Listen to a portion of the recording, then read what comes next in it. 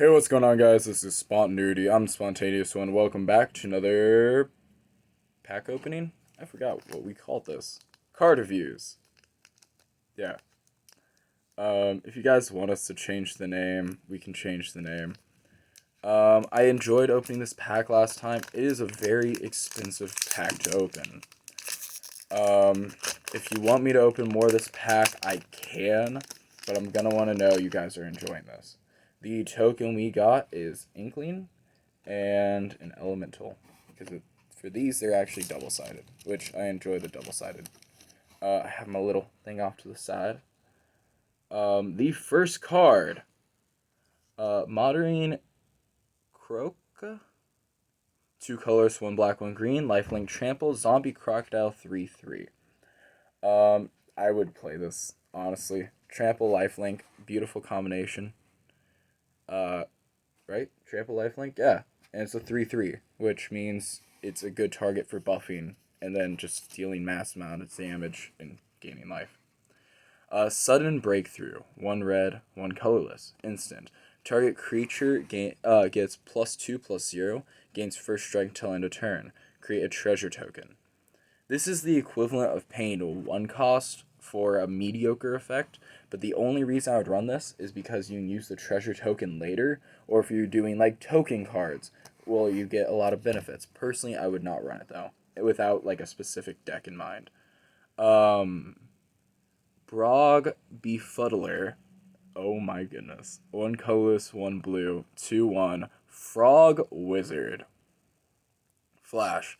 When this creature, I'm not going to try to pronounce his name again, enters the battlefield, target creature and opponent controls gets -1, -0 until end of turn.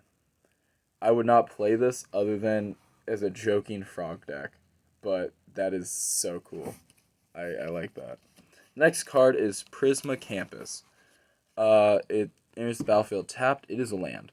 Add 1 blue or red. Tap 4 colorless. Tap scry 1.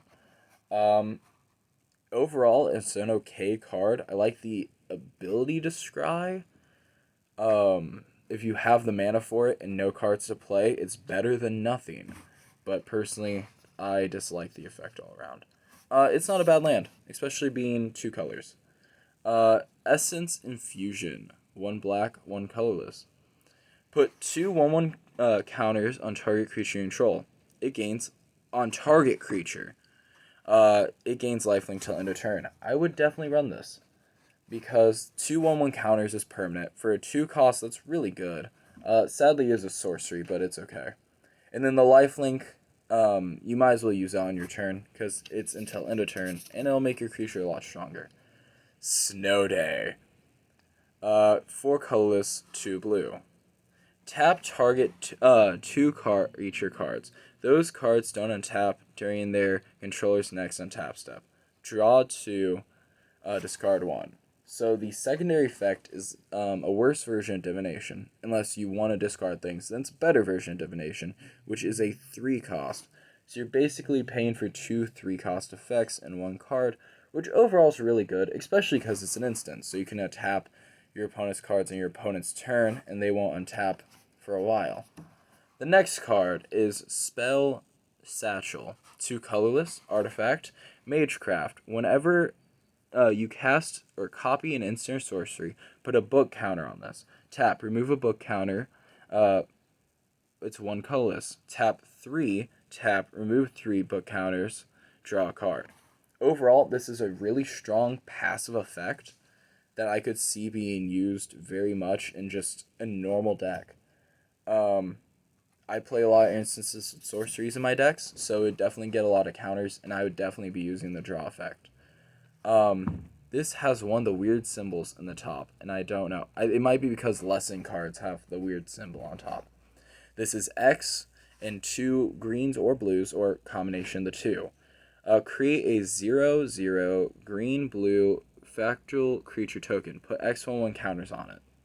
So it's a 2 cost, and then whatever X you do is 1/1 counters. Overall, really good option. You can do some very good effects with this. I believe we are going on to the rare and mythic section now. I've not pulled a mythic from this set, and I really am interested to see what mythics there are. Semester's End. 3 colorless, 1 white. Instant. It is a rare. Exile any number of target creatures and or planeswalkers you control. At the beginning of your end step, return each of them onto the battlefield under their owner's control. Each of them enters the battlefield with an additional 1/1 counter on it if it's a creature, or an additional loyalty counter if it's a planeswalker.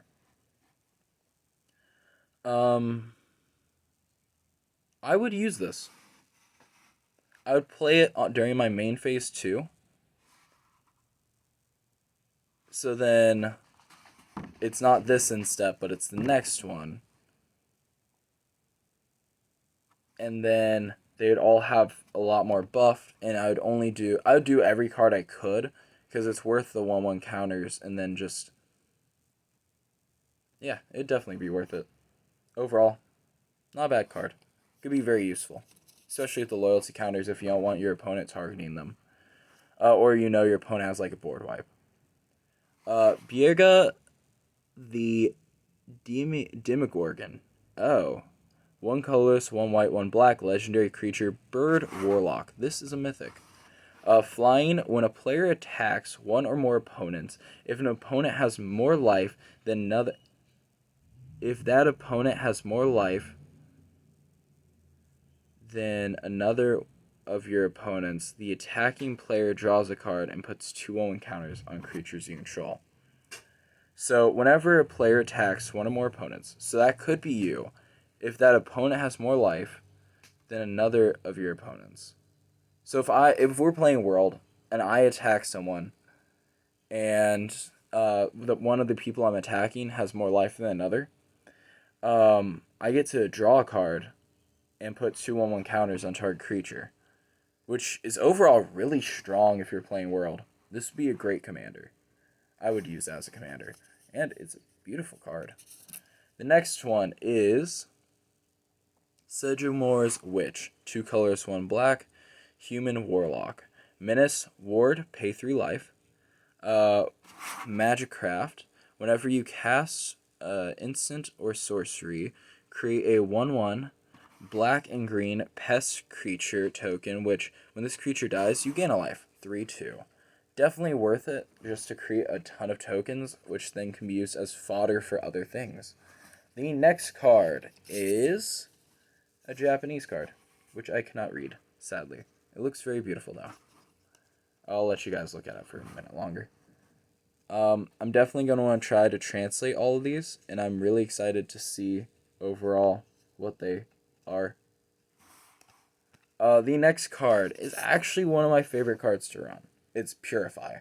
1 colorless, 1 black, 1 green. Destroy target artifact or creature. It can't be regenerated.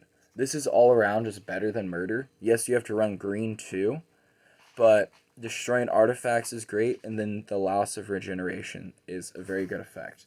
And then the next card I got, it's another card I can't read. It has a cat on it. It's very pretty. I'm getting a lot of the Japanese cards in these, which I do not have a problem with. And a card we saw last video, but shiny. Overall, cool pools. My favorite too probably is the cat, because it's adorable, and I'd love to have the American version, or the English version. And then Putrefy definitely is up there. Well, hey, thank you guys for watching. Hopefully you've enjoyed. See you in the next video.